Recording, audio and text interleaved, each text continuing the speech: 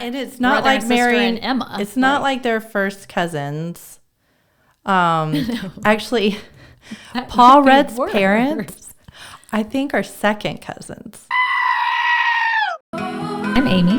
And I'm Katie. And welcome to Set Jetting Sisters, where we break down the movies and shows you love and highlight the extraordinary places they were filmed. We're here to give you the inside scoop on where to go for a location vacation.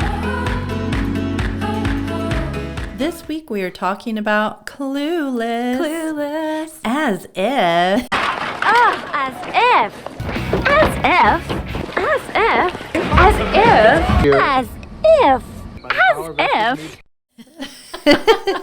Like, everybody had watched this movie and it was hilarious. And like, I know we're going to talk about this more, but like the clothes.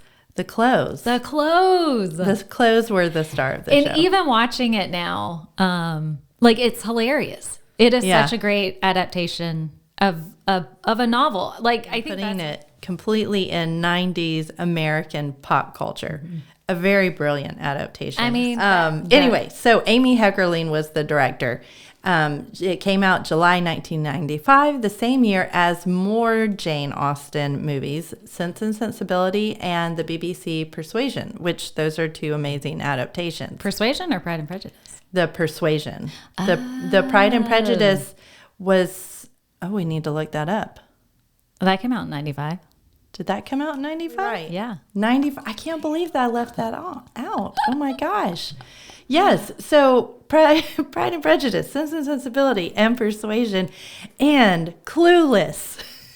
So pretty much the only the Persuasion one, but like the only adaptations you really ever need to watch all came out the same year. They all came out in the same year. And then Emma with Gwyneth Paltrow came out the year after. So, that one's pretty good. But it's still, I mean, we love. But I actually think I prefer the Clueless. My goodness! I love how creative it is in taking it from its setting and putting it. Yeah. To me, that's just a step up in creativity. We're going to our first scene, and we're meeting Cher and all of her friends, and they're just kind of doing this. Clueless has a lot of montage. Is this a commercial or what? It has a lot of montages. They're always montaging around LA, which I love. And you see how rich they are and how many clothes she has, and yes, the technology that she had. Oh my goodness! I loved rewatching it.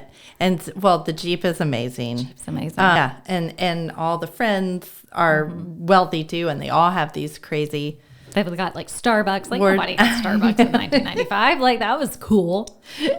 And that Cher's driving her Jeep and she doesn't even have a license. But it's like a whole montage of Cher driving her friends around with no license in her Jeep. Okay, so most of the scene, even the one where they're like on the fountain and the waterfall, it's at Cher's house, which, shocker,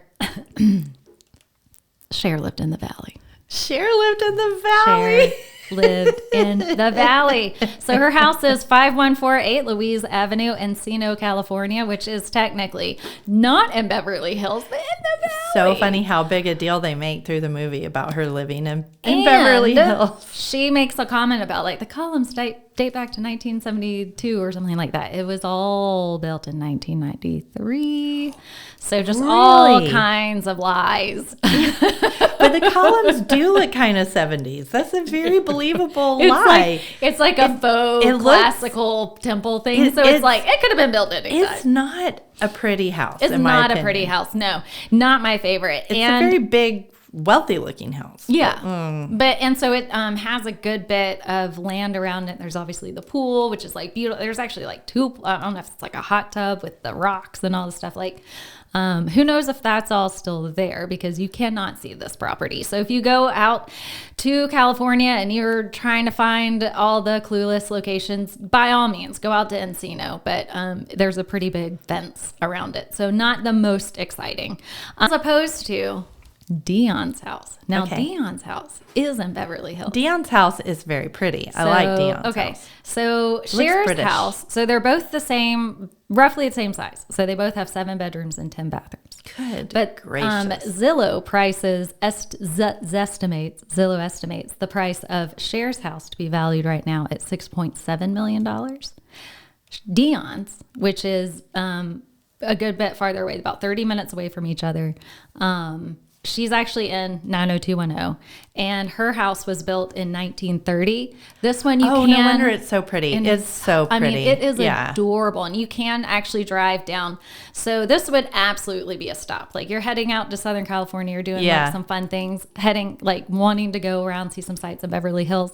Check out 705 North Sierra Drive, 90210, because you can actually see it. And it is so cute. Yes, built in 1930, 7 bedrooms, 10 baths. It is estimated at $21 million. Good grief. What a difference, Wow. right? Like Encino to actual Beverly Hills. Well, the clothes are perfect. Alicia Silverstone said that she actually hated all the clothes because she said she only had like a green shirt and green pants or something that she wore everywhere, and she did not have any fashion sense.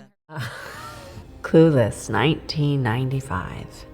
Costume design by Mona May, and Amy Heckerling also helped a lot. Mona's so brilliant, and these costumes are so good. These, like I said, I wore a green t-shirt every day with jeans, so I had 64 costume changes, and I had no patience for it. And I don't even remember if I thought it was cute. Maybe I was like, well, that's cute, but I just didn't have a fashion sense. 64. Wow. So the Mona May did the costumes, and she really wanted to get away from the grunge look. I never liked the grunge. I know a lot of people love we all the grunge. instantly loved all of her clothes, especially that yellow outfit, just that first one with like the little jacket. I mean, oh my gosh. What is your personal favorite outfit, would you say, from the movie? Okay, so rewatching it, I mean, obviously the yellow outfit's it's just iconic. Stores were trying to recreate it like a couple of years ago. Yes, it might still Target. Target, yes, It was Target. in the yellow plaid outfit was in Target. But like nobody really wore, anything like I think she sort of mentioned that it was like a hyper realized. But the one thing that really did trickle down that like a couple of years later actually made it to the, as she would say, the Noah Wears Prada, to the bargain bin that we were shopping. Oh yeah, so, to that casual corner. That casual corner it out bargain bin was the Angora, the short Angora sweater with the white collared shirt underneath. Yes. Now that look, that trickled down, and we actually wore. I actually had their first in the Jeep. Yeah. Dion, that hat is amazing. Amazing. I mean, I would so over the top. It looks like that's the kind of stuff they should be wearing at the Met Gala. Like that's Met Gala. There are a couple fashion. of Dion's outfits that I really love. She has some where she has like a V-neck shirt and then like a little mini skirt, but it's not tight mini skirt. It's like a poofy mini skirt. Yes. Quality. Dion was strong. She was rich.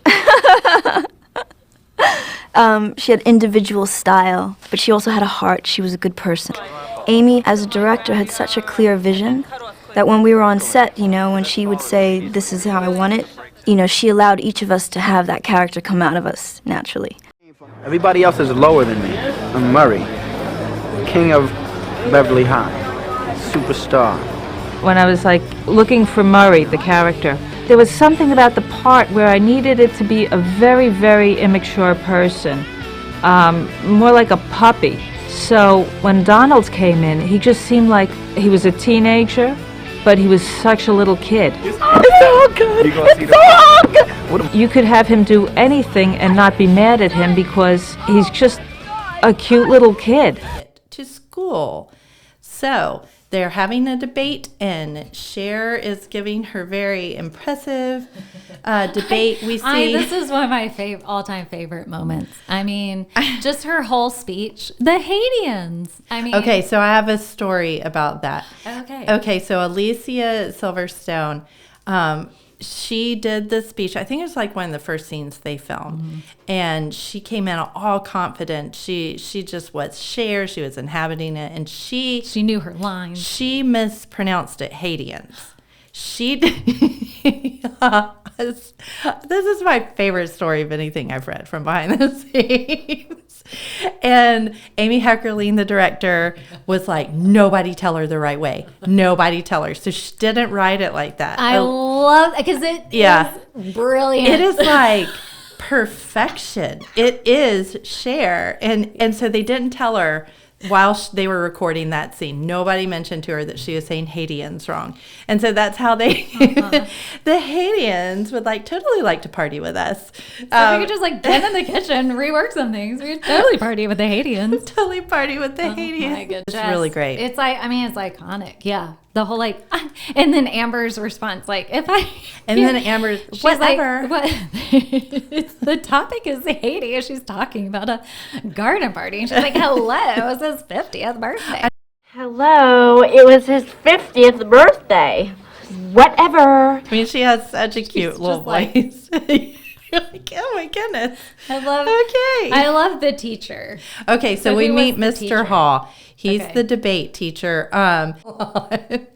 Wallace Shawn plays him. Wallace Shawn, of course, has one of the most famous voices. Mm-hmm. He's Vicini in Princess Bride. He's Rex in Toy Story. Inconceivable. Inconceivable. As I told you, it would be absolutely, totally, and in all other ways, inconceivable.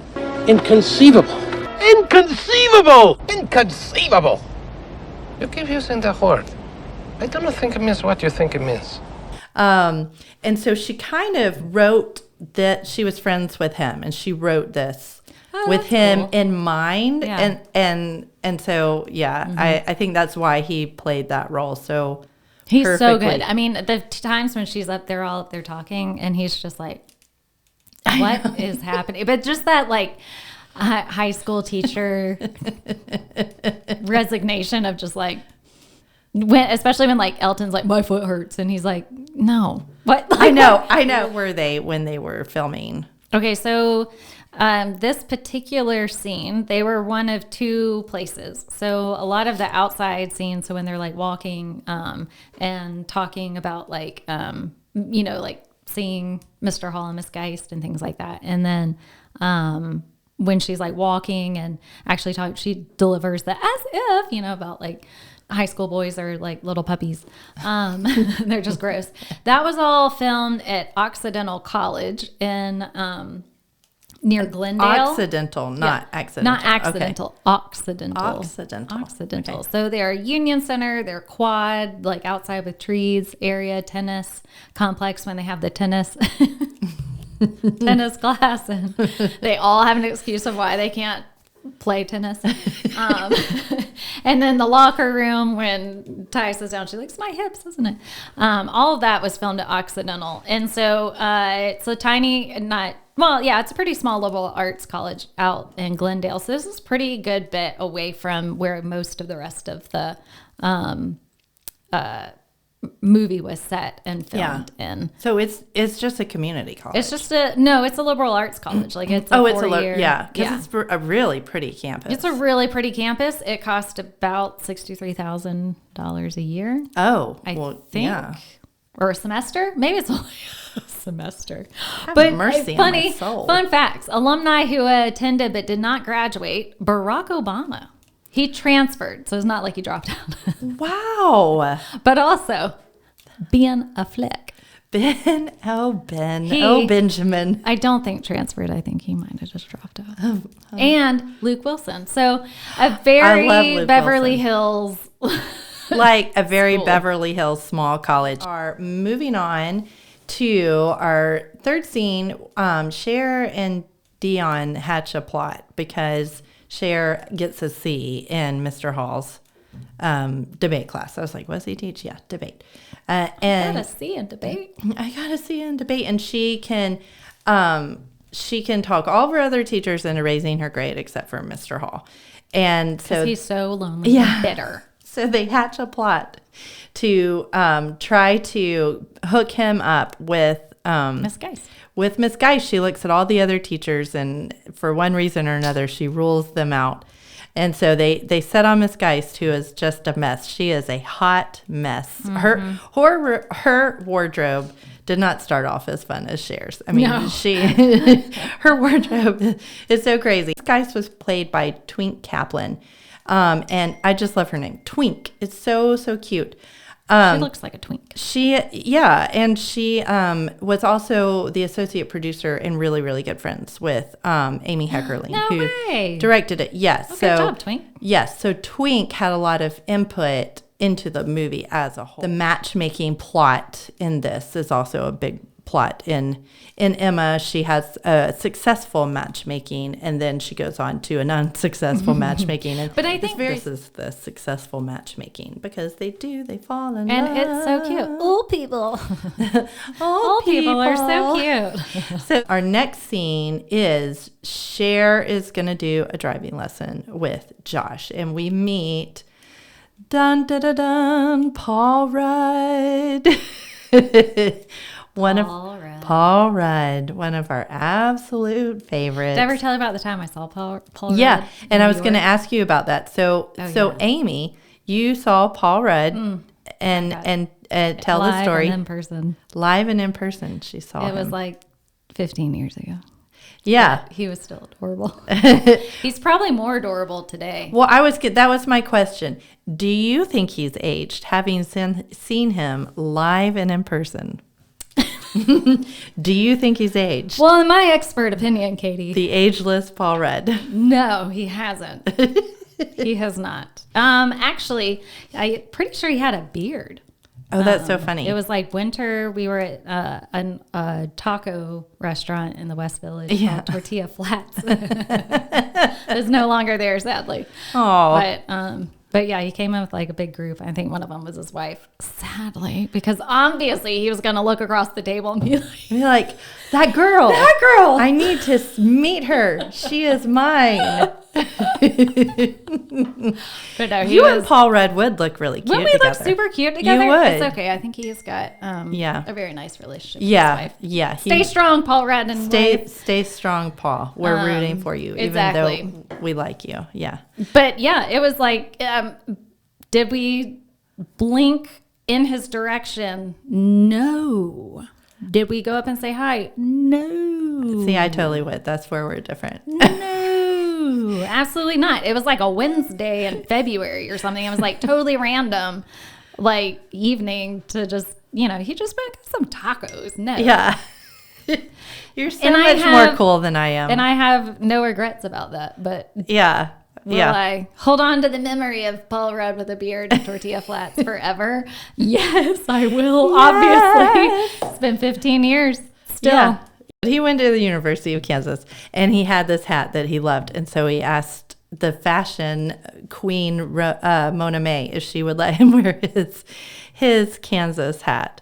So he wears that all throughout the movie. It's his University of Kansas hat, which then the wardrobe department lost at the end of the movie. Okay. And he never saw it again. Oh, that's sad. I know. So it's like but he has a whole movie that glorifies his time at the University of Kansas. Now he can remember it forever. Yeah. Yeah. And which I'm sure he does, because I'm sure he watches Clueless on the regular. I'm sure he watches Clueless on the regular. All the time. I know. Did you notice, though, I'm watching it back recently for this, never, ever had noticed this. He has a shirt that's like, what was it, like 688 Atlanta. Oh, he does? They're standing in the kitchen. I think it's the scene where she's trying to like help tie the buns of steel, and he's like, "You're ridiculous." Yeah.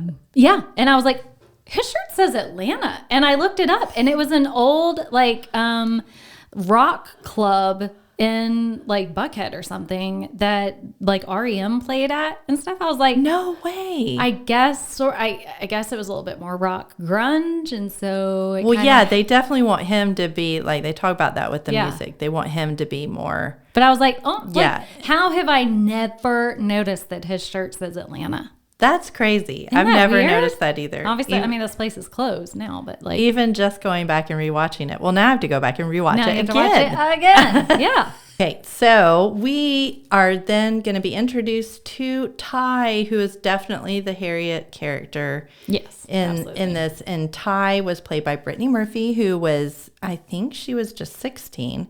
It was 100% her first big break. She had been in something else, actually, with the guy who played Travis. I think they had played boyfriend and girlfriend. I know, it's funny.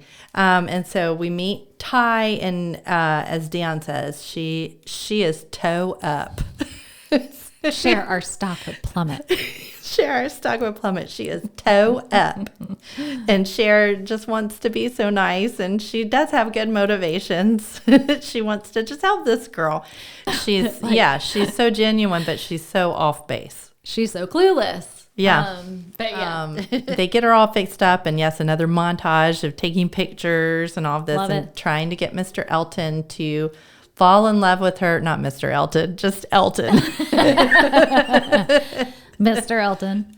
And then they go to the valley. And then they're going to the valley to have a party. From there, Elton takes Cher home. And of course, on the way home is the famous scene where she's going to ruin her Alaya dress. So in the book, and then this is just, it's such a good scene. It is such a good scene in the way Jane Austen wrote it, and it's such a good scene in the way you can adapt it. Yeah, it translated really well. Her realization that, and the fact that like she did not pick up on it. Yeah. The whole time that he actually was like into her, and then just her just being baffled at the fact that he's like coming on to her is just, I mean, he's and like, then her, I knew it. Oh crap! That like, you know, yeah, I've been she's pushing crushed. this whole thing, and it's not gonna. And she just has like no pity for him. It's just like, ew, no, bye. It's such a good scene. It is. I love it. No pity. It's like she only saw, just like Emma, they only saw the Elton character as someone for Harriet, but when it came to them, it's like, ew, yuck, ew, no. Never. Yeah.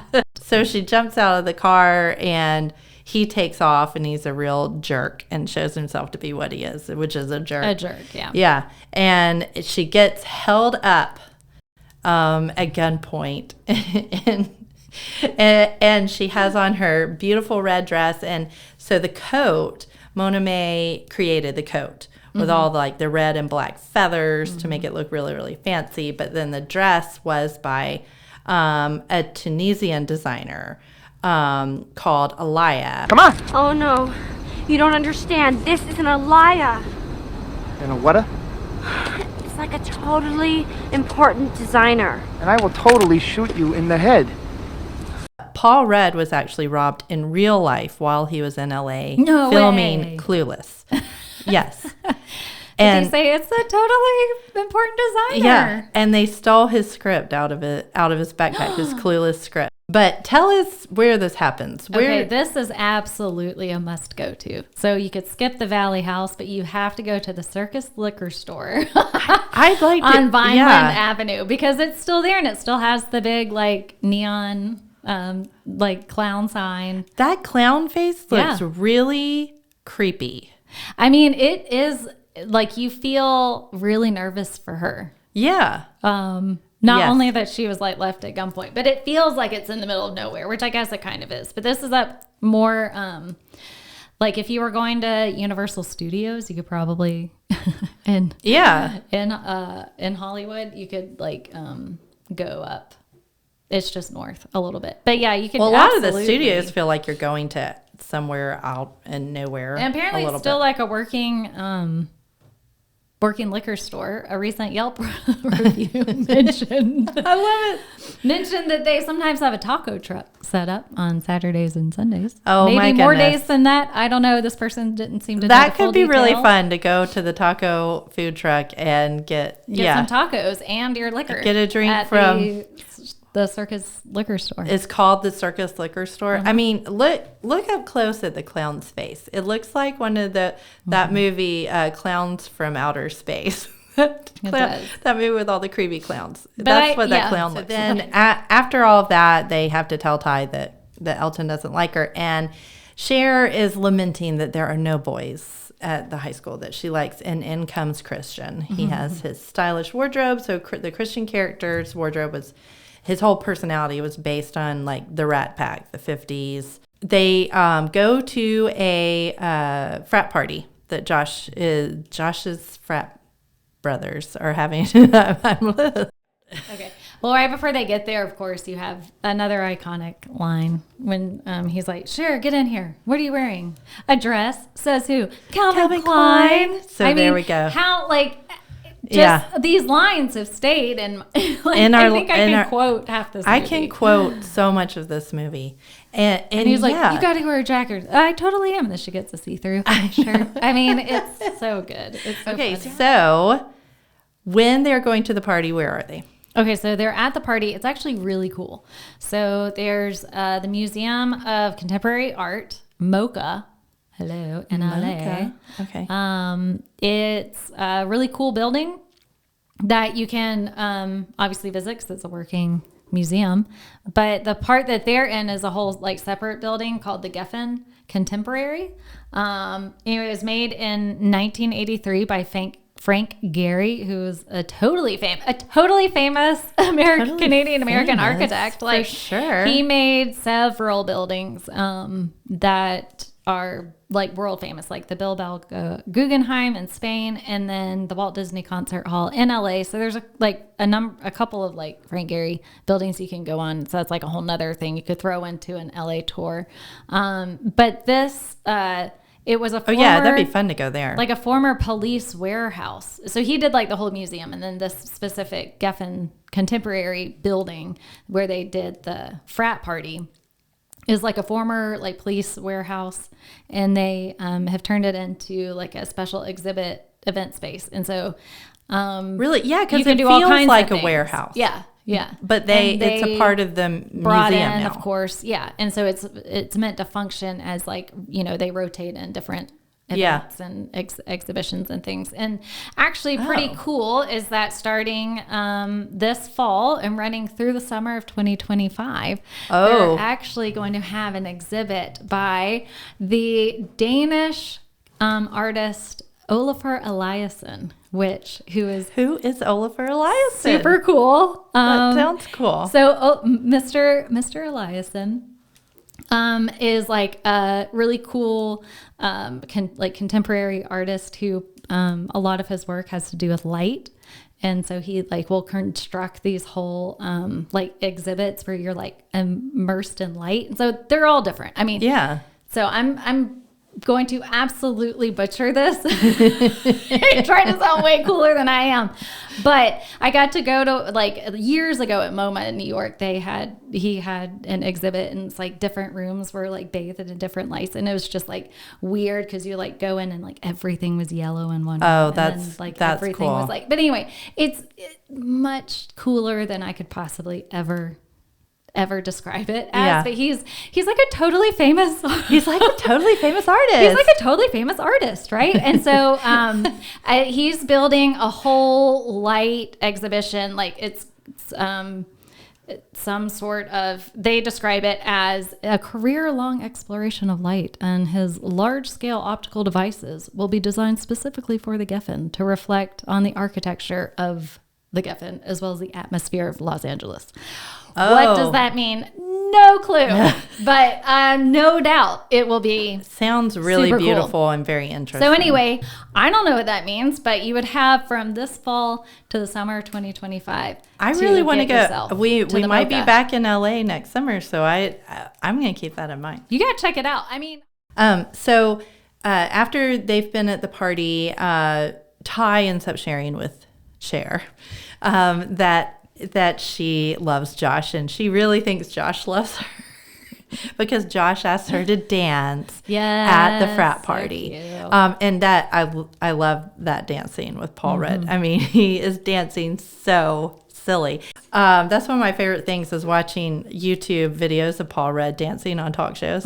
That's funny. I love watching him dance. He's just so goofy. It's so entertaining. So then Cher realizes that she, loves Josh. So Josh and Cher are ex-step siblings. It's weird. So what is your opinion on that? What do we really think about it? I mean, it's they don't ever specify, I don't think, how long they really were married. So if they were how long they married- were actually brother and sister. Yeah. Yeah. It's 5 years ago, as Cher says at the beginning. Yeah.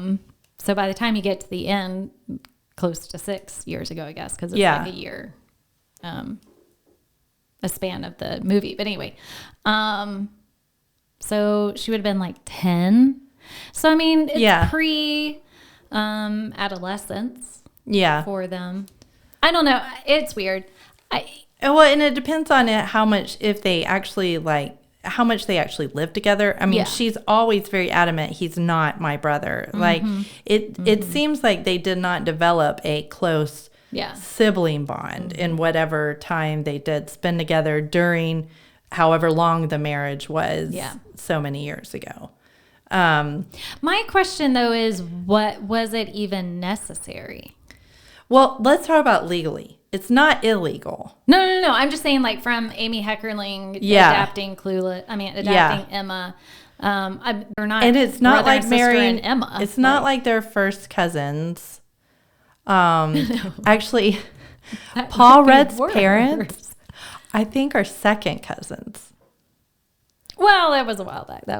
I know, but he's old. That's interesting. That Paul. is interesting, Paul. I mean, it didn't do anything. They created Paul, and he's wonderful. So it worked out fine. It worked out fine. But for I guess I'm just cousins. like, why did she need them? I guess to get him into the home, so he's just around. But in that case, why? Because Emma and Knightley are related by marriage. So her sister, his brother, and then they get married. I don't know. I wonder how she came. Yeah. Like it. I haven't seen anything where she talks about why she decided to make them ex-step siblings. I want to say overall, you know what? Whatever, no big deal, because this is a fantasy story. Well, they definitely get away with it because they're both adorable, and it's an adorable movie. And legally, there's nothing wrong with it. It's just, it's just odd.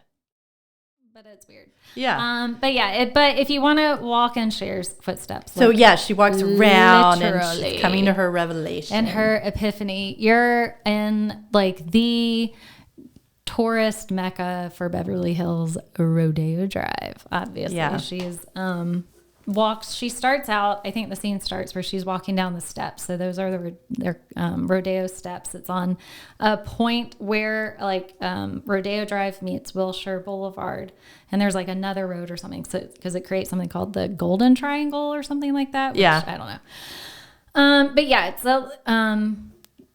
the, I guess, most famous luxury shopping street in the world. One of them. I mean, it's up there with like the Champs-Elysees, Madison Avenue. I don't know. Does Rodeo Drive even beat out the Champs-Elysees and Madison Avenue? It might. I mean, like, I think it definitely beats Madison Avenue.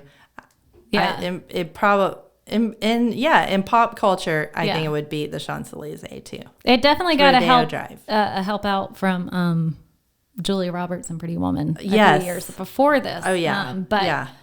For sure. So it basically, the first store to move in was the Giorgio Beverly Hills. So that's that yellow and white bag. So you kind of see Cher at the beginning. She has one of the bags. I mean, it's that yellow and white striped was like iconic.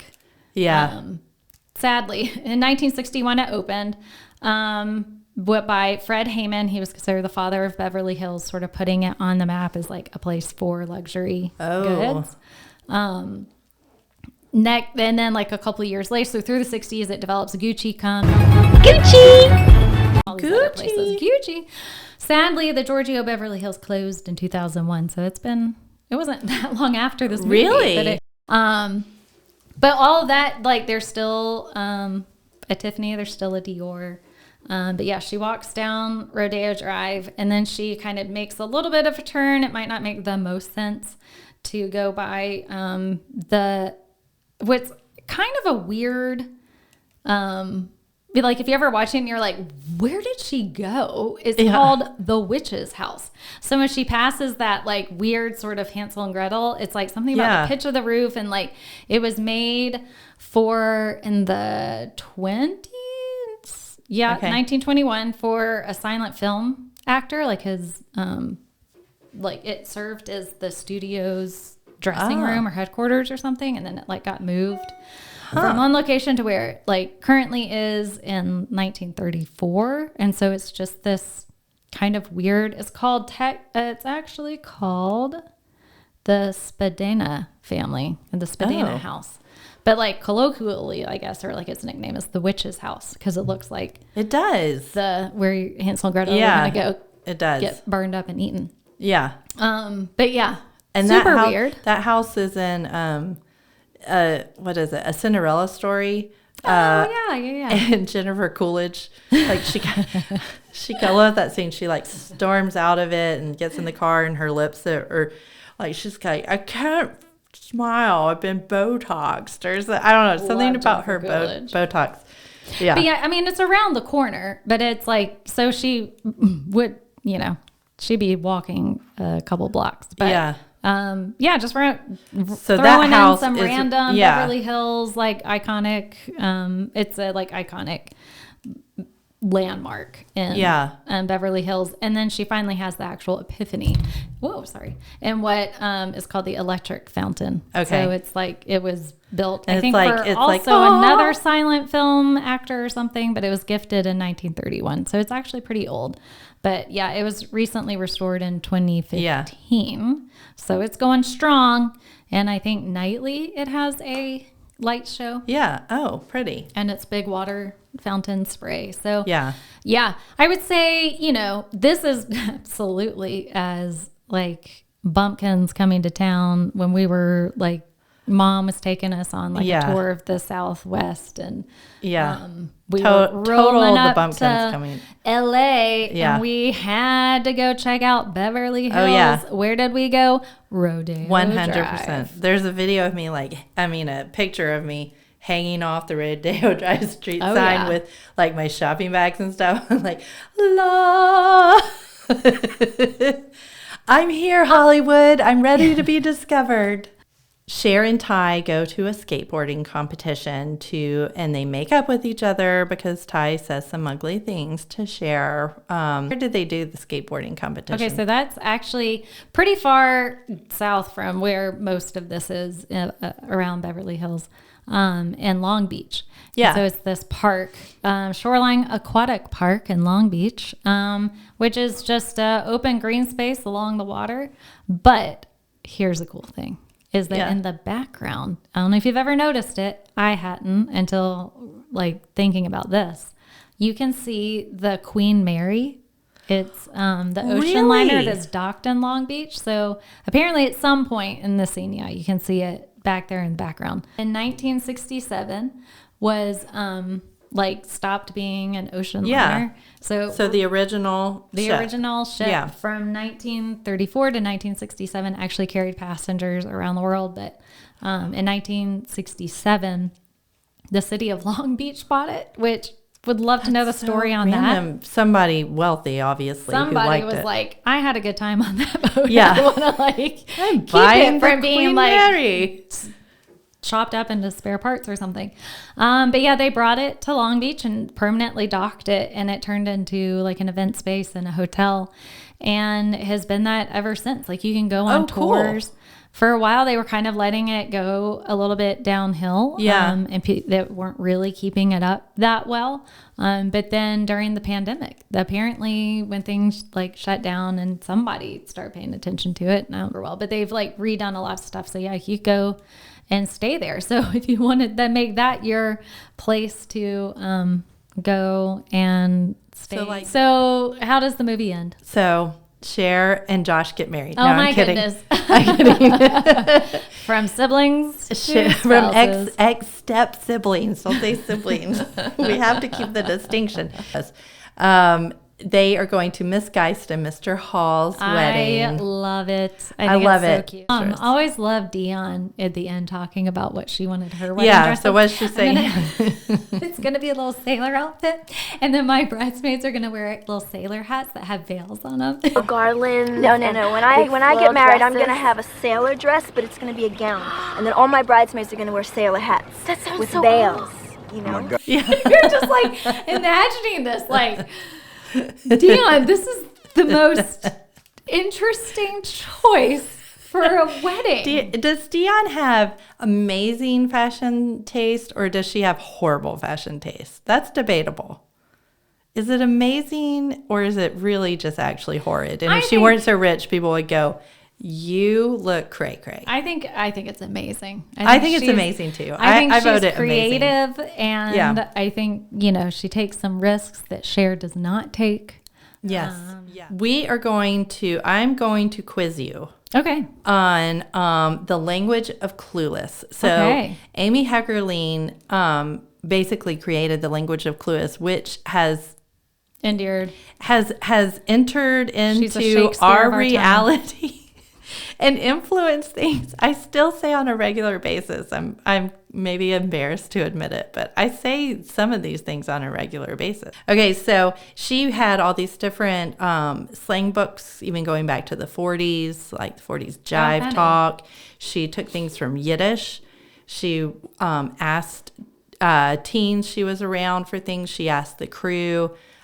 She invented quite a few of these herself. Okay, so sometimes on the fly. Hold on. Here's something that I really like about that is that she didn't just go to teens and be like, "Tell me what's all the all the rage." Because it sat alone. Of like these kids are kind of in another universe. Yeah. But it works because they're in the Beverly Hills universe where you're just like, they're way cooler. Like we've said, like Cher is supposed to be like way more fashionable than any high school girl. Yes. Even in Beverly Hills. Yeah.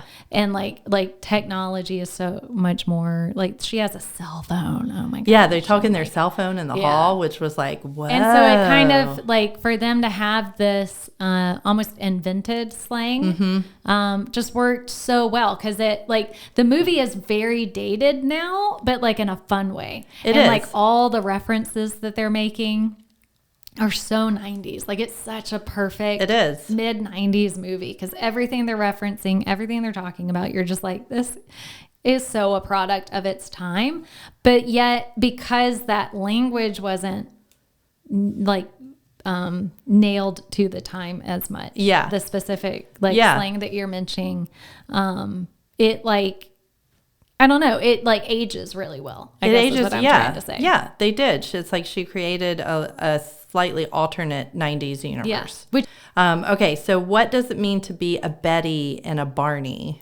Okay, so I have to confess, I looked this up when I was rewatching it because my mom's such a Betty, and I was like, such a Betty. What Betty is she referring? Like, is she talking about like Betty and Veronica from like the Archie comics? Yeah, or that's something? what I thought too. But I don't think it is, right? It's Betty Grable. Well, it's from the Flintstones. Oh, it's that Betty was like the pretty version, and Barney in the Flintstones is a dork. Goober? Is a goober. So like she got it from the Flintstones. Okay. Well, the Wikipedia thing I looked at or whatever Google search did me wrong. They said it was like Betty Grable or something. I don't know. The thing the little makes behind more the sense. scenes thing I watched said it was the Flintstones, Alicia Silverstone said it was. Oh, I would believe that, and that kind of makes more sense. That it's Betty and Barney together. Yeah. Yeah. Okay, Baldwin. Well, obviously the Baldwins. Yeah, actors. A good looking guy. Okay, it's Monet. She's such a Monet. Oh, well, Cher says about Amber. Cher describes that for us. Yes. Where if someone's far away, they look just fine, but up close, they're a big mess. Yeah. Like they're a Monet, big ol' mess. like a Monet painting. Yes. Which is actually actually is true. I know, because when you see a Monet, it's like if you're up close, it's a lot of splotches. Yeah, the closer you get, away. it's like, why do I think this is so beautiful? It almost looks like it's just like. But it is beautiful. Mm-hmm. Whatever.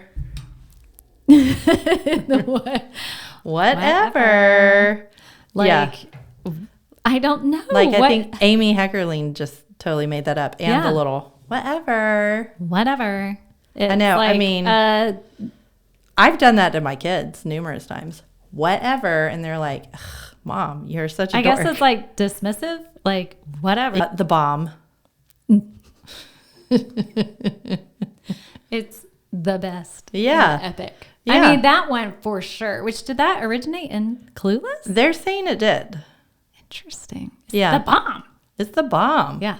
Yeah. I think Murray says it, doesn't he? No, it says friend. What's the Oh, friend's yeah. name? Yeah. Or He his goes, cousin. it's the bomb. Yeah. I think when he's doing the hair. Yeah. And yeah, and he's keeping it real. He's keeping it real. Because I'm keeping it real. Because I'm keeping it real. Because I'm keeping it real.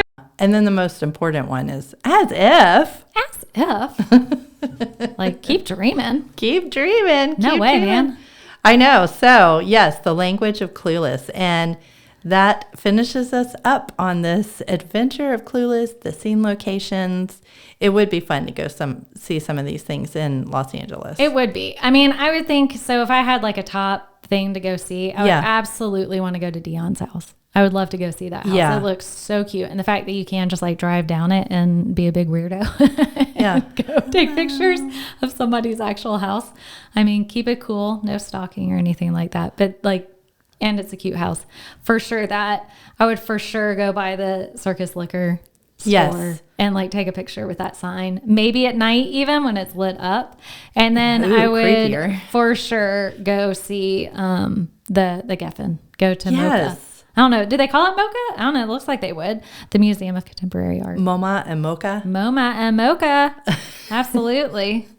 Of course. Yeah. I think those would be my like top 3. If I was like heading to LA, had some time to do a little bit of driving. They're kind of a little bit not super Well, close what to if each you'd other. never been there before? You wouldn't go to Rodeo Drive? If I'd never been before, 100% I'd go to Yeah. like Rodeo Drive. Yeah. And then probably walk around, maybe try to figure out the circuit she did where I got to pass by the witch's house. And then Yeah, go that'd be up fun. over I've to never gone by the Gardens or witch's something, house. but yeah. Or if I did, I didn't notice it. Any ones that I didn't just mention that you were like, well, no, I'd actually like to go and see this. I think I would have gone to see Cher's house if you could see it. Mm-hmm. Even though I don't think it's a pretty house. Mm-hmm. Let me see. I think those would be my top choices too. I think I would enjoy going out to see the Liberal Arts College. Mm-hmm. It looks like a really pretty campus. Occidental. Yeah, I would do that. And I would definitely love to go see the skateboard park where you can see the Queen Mary. So I'd love to go to the Queen Mary. Well, we're definitely booking you a room on the Queen Mary, so you're gonna have time. I'm booking a room. You're gonna go board that old ocean liner and relive the glory days. Yes, the glory days. And there are Clueless. Love it. Absolute classic. Love it. Just a part of our growing up years, Clueless. Just like everything I thought high school was going to be, and it turned out to just be so nothing not like anywhere that. close. But it will forever I'm not mad live though. on. Thank you, Cher. Thank you, Alicia Silverstone. Thank you, Mona May, the designer. Thank you, Amy Heckerling. Thank you, Amy Heckerling. And thank you for introducing the world to Paul Rudd.